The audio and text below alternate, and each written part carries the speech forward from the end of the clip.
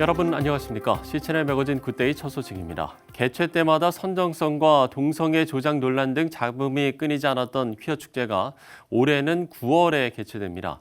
코로나19 사태가 종식되지 않은 상태에서 12일 동안 행사가 이어지는데요. 감염 확산에 대한 우려의 목소리가 높아지고 있습니다. 변현준 기자입니다. 지난 2000년부터 성소수자의 권익 신장을 목표로 개최돼 온 퀴어 문화 축제. 그러나 남녀노소 모두가 이용하는 공공장소에서 적나라한 복장으로 음란 물품을 판매하는 등 다수에 대한 배려 없이 진행되는 축제라는 논란이 끊이지 않았습니다. 그리고 코로나19 사태가 계속되는 상황에서 전해진 제20일의 퀴어 축제의 개최 소식. 시민들은 온 국민이 코로나 확산 방지를 위해 노력하고 있는 지금 자신들만을 위한 축제를 개최하는 것이 이해되지 않는다는 반응을 보이고 있습니다. 제가 자녀를 키우는 입장에서 그들이 축제를 어떤 식으로 진행할지 모르지만 만약에 공공장소에서 그 축제를 진행한다면 너무 싫을 것 같고요. 국민들 모두가 열심히 방역을 하는 가운데 있는데 그런 축제를 연다는 것 자체가 지금으로서는 이해하기 힘든 상황이에요. 서울 퀴어문화축제 조직위원회는 지난 16일 방역당국 지침에 호응하며 안전한 축제를 계획해 나가고 있다고 말했습니다. 그러나 축제 기간 동안 퀴어 퍼레이드와 퀴어 영화제를 계획하고 있는 것으로 알려지면서 코로나19 확산에 영향을 미치는 것이 아니냐는 우려의 목소리가 높아지고 있습니다. 퀴어 축제가 개최되는 기간은 총 12일. 주최 측은 진행 방식을 아직 조율 중이라고 밝혔습니다. 어디서 어떻게 진행될지가 저희가 준비를 하고 있어서 보완이 되고 진행 방식이 좀 더 디테일하게 비교되는 대로 해당령은 공지될 예정이에요. 현재로서는 정확하게 말씀드리기 좀 어려운 부분이에요. 공식 행사 이외에도 전후로 진행되는 여러 모임들이 코로나19 감염을 확산시킬 수 있다는 의견도 있었습니다. 주요셉 자유인권실천 국민행동 대표는 그동안 지켜본 바로는 퀴어 행사 전후로 많은 비공식 행사들이 진행된다면서 행사가 온라인으로 진행될 가능성도 있지만 전후로 진행되는 오프라인 행사들이 있는지도 관리 감독해야 한다고 당부했습니다. 이어 교회는 모임이 중단된 상황에서 많은 사람이 모이는 퀴어 행사가 승인된 것을 납득할 수 없다고 지적했습니다. 한국교회는 오히려 예배 외에 어떤 모임 행사도 다 금지하는 행정명령을 내린 상황에서 갑자기 퀴어 행사 많은 사람이 모여서 확산 사태를 재발시킬 수 있는 상황인데 이것은 국민의 한 사람으로서 용납이 안 되고 일반 국민들도 여기에 대해서는 부정적인 여론이 클 거라고 봅니다. 방역 수칙을 지키는 것처럼 하지만 그들이 보이지 않는 곳에서 하는 행사, 축제들이 굉장히 많거든요. 퀴어 행사 자체는 온라인으로 할 수도 있어요. 그런데 나머지 앞에서나 뒤에서 하는 그 모든 문화 행사를 빌미로 한 자신들의 음란 퍼포먼스, 음란 파티를 계속한다면 그것은 굉장히 위험하다고 보고 있습니다. 코로나19 사태가 종식되지 않은 상황에서 개최가 결정된 퀴어 문화 축제. 코로나19 확산을 우려하는 목소리가 높아지고 있는 가운데 어떤 방식으로 축제가 열리게 될지 귀추가 주목되고 있습니다. C채널 뉴스 변현준입니다. 일사가구 구국목회자연합이 차별금지법 발의에 반대해서 국회의사당 정문 앞에서 기도회를 열고 대한민국 위기 상황에 한국교회가 먼저 회개해야 한다고 촉구했습니다. 일목연 공동대표 윤치환 목사는 우리의 죄로 인해서 대한민국의 자유민주주의가 큰 위협을 당하고 있다며 거룩한 진리의 성벽을 세우기 위해서는 먼저 기도해야 한다고 밝혔습니다. 내가 잘못 살았습니다. 하나님 말씀을 순종하지 못했습니다. 진리의 성령을 쫓아서 살지 못했습니다. 나의 죄로 인해서 자유민주주의가 지금 위험 가운데 있고 교회가 위험 가운데 있습니다. 일목연 측은 차별금지법은 동성애 특혜법이라면서 가정을 해체하고 건전한 사회를 비도덕적 사회로 이끌 거라고 규탄했습니다. 경기도 시흥의 구루터기 교회 목사 부부가 화재 사고로 중태에 빠져서 전국교회 기도와 후원이 요청되고 있습니다. 개척교회로 12년째 목회를 이어오고 있던 강병구 목사 부부는 지난 11일 인근 다세대 주택 내 2층 사택에서 집안 페인트 작업을 하던 중에 화재 사고를 당했습니다. 화재를 진압하던 중 강 목사는 2층에서 추락해 두개골이 골절되고 출혈이 심해 긴급하게 수술을 진행했지만 아직까지 의식이 없는 상태입니다. 아내인 최정은 사모 역시 화재로 유독 가스를 많이 마셔 고압 산소 치료를 받고 있지만 마찬가지로 의식을 회복하지 못하고 있습니다. 예장합동총회 구제부 나기철 목사는 강 목사가 재정이 열악한 개척교회 목회로 화재보험이나 실비보험 등에도 가입하지 못했다면서 수술비와 치료비, 화재복구 등 금액 마련도 막막한 상황이라 도움의 손길이 절실하다고 밝혔습니다. 전국 교회 성도님들이 좀 마음속에 뜻이 계신 분들 십시일반으로 좀 후원을 해주시면 아무것도 대책이 없는 상황 속에서 좀 그 강혜린 양에게도 위로가 좀 되지 않을까 이런 생각이 되어지네요.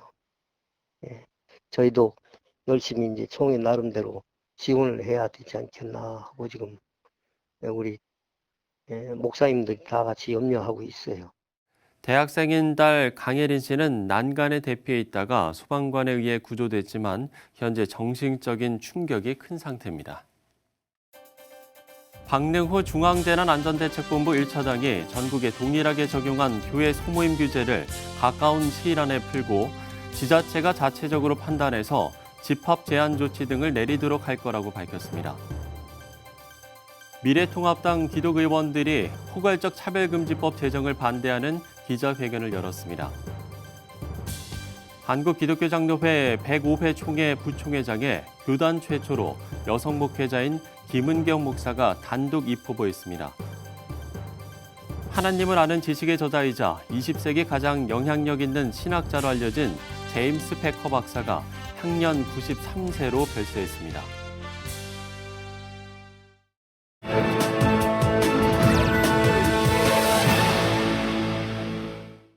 네, 지난주에 있었던 빌 게이츠와 오바마 전 대통령 등 유명 인사들의 트위터 계정 해킹 사건은 역사상 최악의 보안 사고로 이야기가 됩니다. 전문가들의 우려도 커지고 있는데요. 자세한 내용을 태평양 법률협회 주성철 목사 연결해서 들어보도록 하겠습니다. 목사님, 먼저 사건 관련 내용부터 짚어주시면 좋을 것 같습니다. 네, 현재 미국 시간으로 7월 15일 발표된 내용입니다. 사람들이 사용하고 있는 트위터에 사용자들이 해커들에게 적지 않은 금액이 털려버렸습니다. 특히 유명인들의 트위터가 해커를 당하고 코비드-19를 겪는 사회에 환원하고 싶다라는 사실무근한 일이 퍼졌습니다. 그런데 트위터 측에서는 해커들이 내부 시스템 접근 권한을 가진 직원을 표적으로 삼아 이들을 해킹한 데 성공한 것으로 보인다고 대변했습니다. 그리고 해커들은 여기에서 끝나지 않고 트위터 직원을 사칭해서 비트코인 사기를 친 것입니다. 예를 들면은 머스크의 계정을 통해 자신에게 30분 안에 $1,000 비트코인을 보내면 2배로 돌려주겠다는 글을 머스크 자신이 한 말처럼 올린 것입니다. 이것은 분명히 사기입니다. 그리고 이런 유명 인사들은 코비나의 영향을 받는 사람들에게 나름대로 도움을 주고 있는 것만은 사실이지만 대개 아무도 모르게 도움을 주고 있습니다. 그러니까 트위터를 통해서 이런 내용을 올리지 않는다는 것입니다. 네, 그러니까 이번 해킹의 우려점은 많은 사람들에게 신뢰받는 유명인들의 계정이 해킹당하면서 그 계정으로 접근을 하니까 여러 사람들이 의심하지 않고 속았다는 거 아니겠습니까? 네, 그렇습니다. 평소에 우리들이 신뢰하는 사람들이 개인의 트위터를 통해서 소통하는 것으로 우리는 그들의 말과 행동에 대하여 믿고 따릅니다. 그런데 해커들은 유명인사들이나 우리가 신뢰하는 사람들의 트위터를 해킹해서 마치 그 사람인 것처럼 자신을 거침없이 올린 것입니다. 이런 SNS들이 우리에게 편안함을 제공해 주는 것은 사실이지만 이것이 전자 시스템만큼 그 시스템을 운영하는 사람들이 마음만 먹으면 얼마든지 조작될 수 있는 일이기 때문에 이런 시스템을 전적으로 믿는다는 것은 잘못된 생각입니다.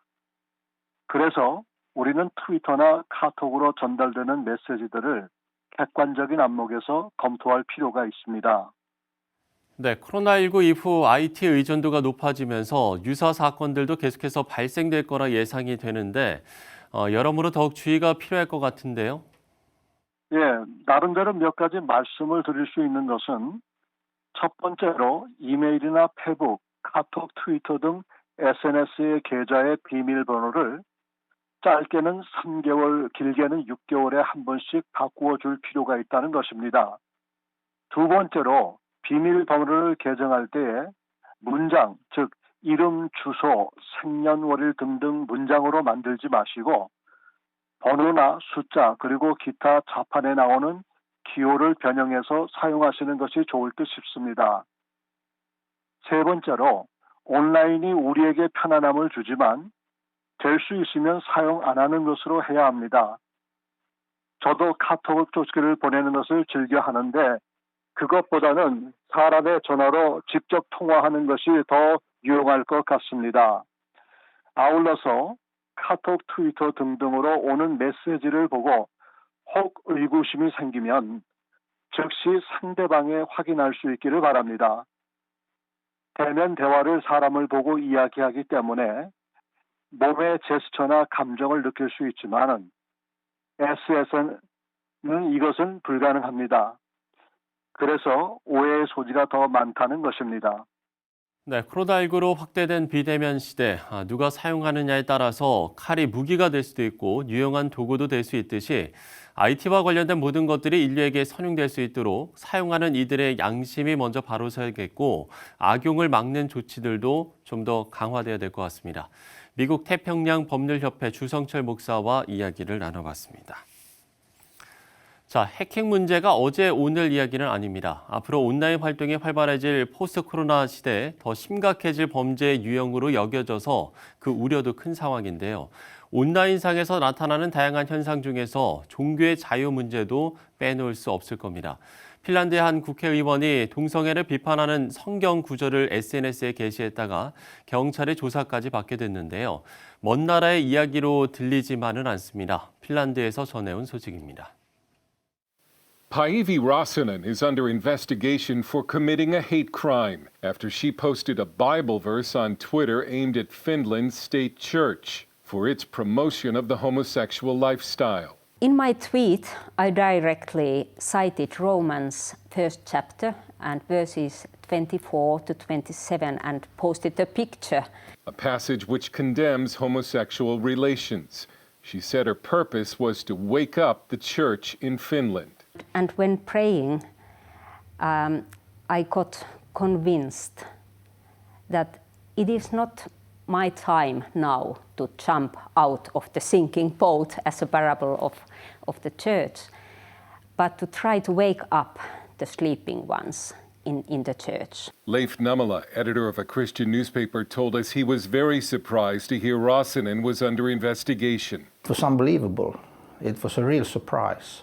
And the first thought was, are they really going this far? If convicted, Päivi could face a fine or even jail time. But it's the precedent from this case that could affect every believer in Finland. I'm afraid and I'm worried that this case, the criminal investigation, might frighten some Christians to hide and to keep silent. Räsänen will find out after her interrogation if the investigation will proceed to a trial. Dale Hurd, CBN News, Helsinki.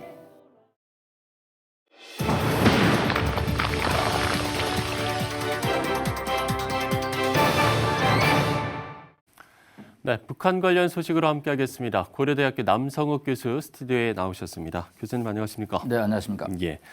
자, 지난 토요일이었죠. 북한 김정은 위원장 주재로 노동당 중앙군사위원회 확대 회의를 가졌는데 먼저 이 내용부터 좀 짚어볼까요? 예, 당 중앙군사위원회가 도대체 어떤 기관이냐. 일단 우리로 말하면 청와대 국가안보실장 주재로 열리는 NSC 국가안전보장회의에 해당된다. 즉 네네. 북한의 어떤 군사적인 문제 또 국제정치적인 문제에 관해서 군사적으로 어떻게 대응할 것이냐를 논의하는 회의입니다.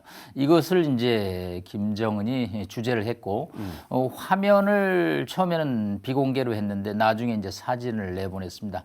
아마 주요한 논의는 이제 8월에 한미연합 군사훈련에 어떻게 대응할 것이냐. 예. 지금 한미 간의 연합훈련이 열릴지 안 열릴지 어떤 형태가 될지 아직은 미정인데 북한이 이제 이에 대한 대응하는 모습을 보이고 있습니다.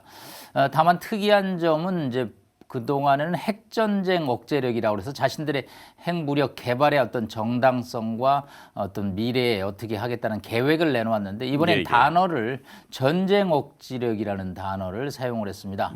왜 갑자기 핵 단어를 없애고 전쟁 억지력이라는 단어를 좀 낮추냐. 이 문제는 네. 일단 지금 미국과 북한 간의 물밑에서 3차 북미 정상회담을 앞두고 약간의 이제 어떤 우호적인 분위기를 좀 조성하는데 핵 단어를 쓴다면 지난번에 김여정 제1부부장이 미국의 독립기념일 DVAD를 받고 싶다고 그랬습니다. 이거는 이제 네. 트럼프 대통령의 개인 친서를 받고 싶다는 얘기인데 지금 이런 이제 분위기 조성 단계에서 핵전쟁 억지력을 사용한다면 이 분위기가 그냥 냉각될 수가 있겠죠. 그래서 북한 입장에서는 수위를 조절한 것으로 보입니다. 네, 그러니까 의도적으로 이제 수위를 조절했다. 이렇게 볼 수가 있군요.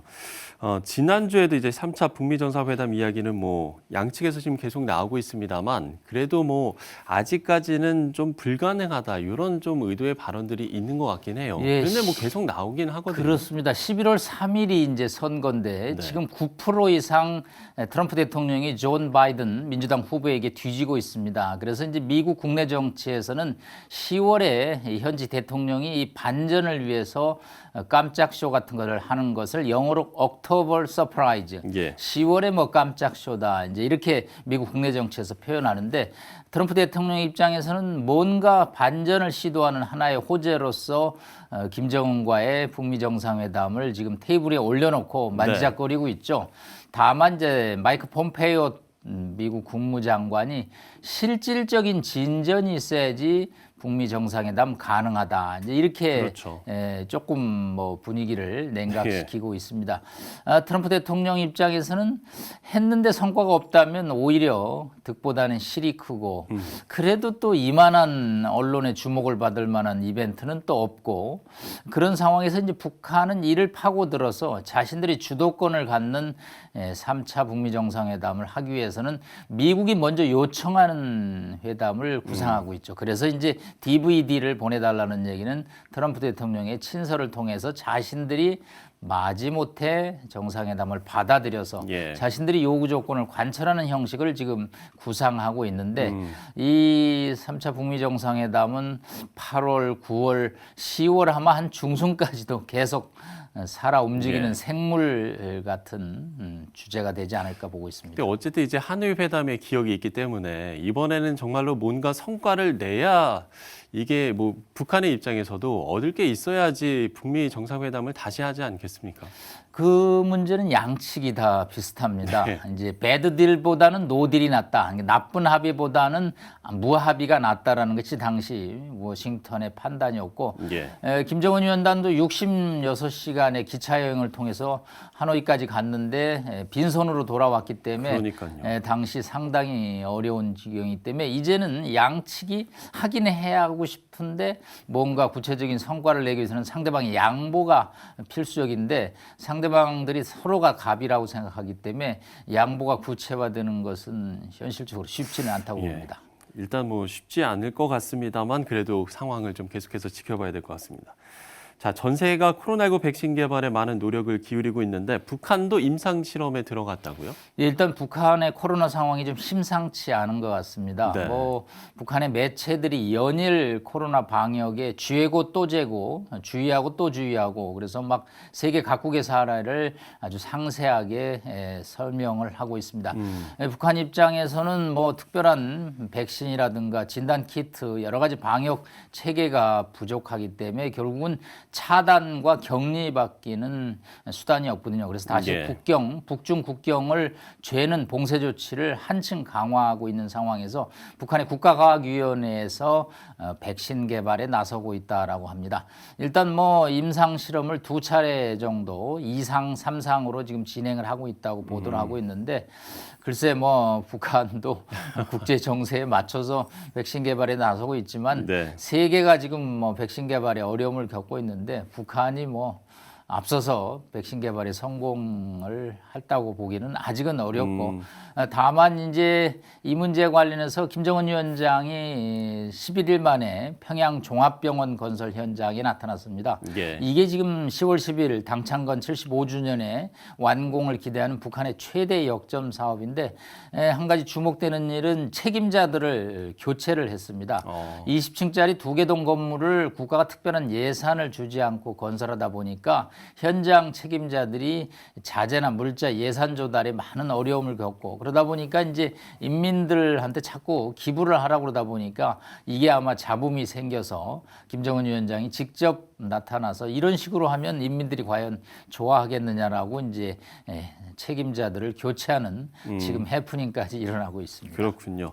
자, 이 부분도 좀 짚어보겠습니다. 폼페이오 장관이 미국의 최대 위협은 북한이 아니라 중국 공산당이다 이런 좀 발언도 내놓고 있고 지금 글쎄요 좀 중국 때리기에 좀 나서고 있는 것 같아요. 예, 지난주 뉴욕타임즈를 보면 미중 간이 새로운 신냉전으로 들어갔다는 네. 기사가 아주 대서특필하고 있습니다. 또 그러니까요. 최근에는 폼페이오 장관의 그 트위터에 아주 재미난 사진이 하나 올라와 있습니다. 약간 인형인데 곰돌이 푸라는 주제로 네, 봤어요. 토이 위드 놀고 있다. 이게 누구냐? 이게 이제 뚱뚱한 의미를 갖고 있는 시진핑 주석을 의미하고 있다. 왜냐하면 이렇게 하면은 검열에 걸리지 않는다고 이제 봤겠죠. 중국 입장에서는 불불 끌어올리지만 뭐 구체적으로 얘기를 하지는 않고 네네. 있습니다. 이것은 미국의 대중 정책이 어떻게 가고 있는가를 상징하고 있다고 볼 수 있겠습니다. 지금 남진아해라든가 저 서장 위구르 등에서 미중 간의 갈등이 이제 격화가 되고 있는 상황에서 폼페이오 장관은 이제 북한은 충분히 관리하고 있기 때문에 지금은 북한보다는 오히려 특히 미국 대선을 앞두고 중국을 압박하는 것이 미국의 국익에 맞다고 봅니다. 예. 사실은 미중 간의 갈등은 이거는 트럼프 대통령이 낙선을 하더라도 존 바이든 민주당 후보가 당선이 되더라도 이런 정책을 아마 지속될 것으로 보입니다. 이런 미중 간의 갈등은 과거의 미소 간의 갈등하고는 좀 다른 차원에서 전방위적으로 일어나고 있습니다. 과거 미소 갈등은 주로 안보 문제에서만 있는데 이제는 예. 안보 플러스 경제, 영토 뭐 여러 가지 다방면에서 일어나기 때문에 정말 전 세계가 정신을 차릴 수 없을 정도로 어려운 국면에 처하고 있습니다. 예.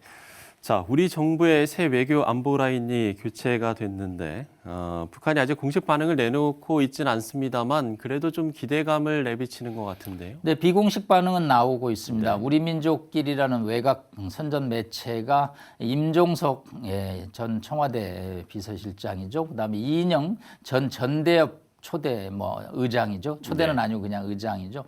이런 이제 운동권 인사들이 청와대 특보 그다음에 통일부 장관에 임명됨으로써 이들은 북한에 대해서 굉장히 우호적인 생각을 갖고 있다고 예. 판단합니다. 그렇기 때문에 또 임종석 실장이 최근에 남북한 도시 30곳을 자매 결연시킨다는 뉴스가 나오고 있는데 북한 입장에서는 이들이 앞장서서 한미 워킹그룹의 제재를 받지 않고 대북 지원을 적극적으로 나서는 것을 아주 확실히 기대하고 있는 것 같습니다. 예. 자, 마지막으로 미국 대선 분위기를 좀 살펴보겠습니다. 볼턴이 쓴 책에 이어서 트럼프의 조카가 또 트럼프 대통령에 대한 폭로를 하는 책을 썼네요. 예, 메리입니다. 네. 트럼프 대통령의 형님의 딸이죠. 형님은 일찍 돌아가셨습니다. 이 메리는 아버지의 유산을 삼촌이 가로챘다라는 입장을 가지고 있습니다. 예. 책 제목이 지금도 충분한데 만족하지 않고 있다라는 묘한 제목입니다. 한마디로 메시지는 삼촌은 사임해야 된다는 거죠. 트럼프 대통령은 대통령으로서의 자격이 없다. 그래서 자기는 이번 11월 대선에서 바이든 후보를 찍겠다라고 함으로써 치명적인 타격을 가하고 있습니다. 이것은 존 볼턴 전 안보보좌관의 또 회고록과 달리 친인척이 있었기 때문에 또 신뢰도에서 미국 국민들을 어필하고 있어서 벌써 베스트셀러 반열에 오르고 있습니다. 네. 트럼프 대통령은 하여튼 좌우, 내우 여러 가지 압박에 그러게요. 시달리고 있는데 하여튼 11월 3일 선거를 앞두고 현재 미국 대통령 선거가 계속적으로 이슈가 될 것으로 보입니다. 그렇군요. 자, 북한 관련 소식들 고려대학교 남서욱 교수와 함께했습니다. 오늘 말씀 고맙습니다. 고맙습니다.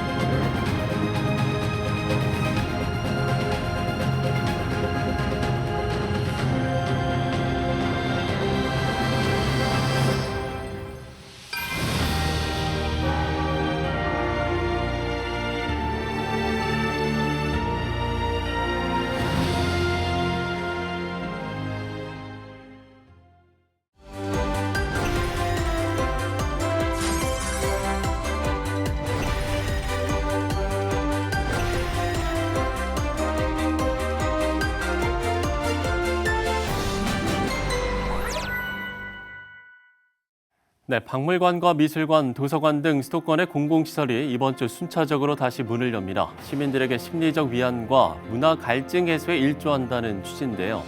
여전히 코로나19 확산에 대한 우려의 목소리도 높은 만큼 입장 제한 인원을 철저히 지키면서 방역에 만전을 기해야겠습니다. 시청은 매거진 굿데이 오늘 순서는 여기까지입니다. 시청해주신 여러분 고맙습니다.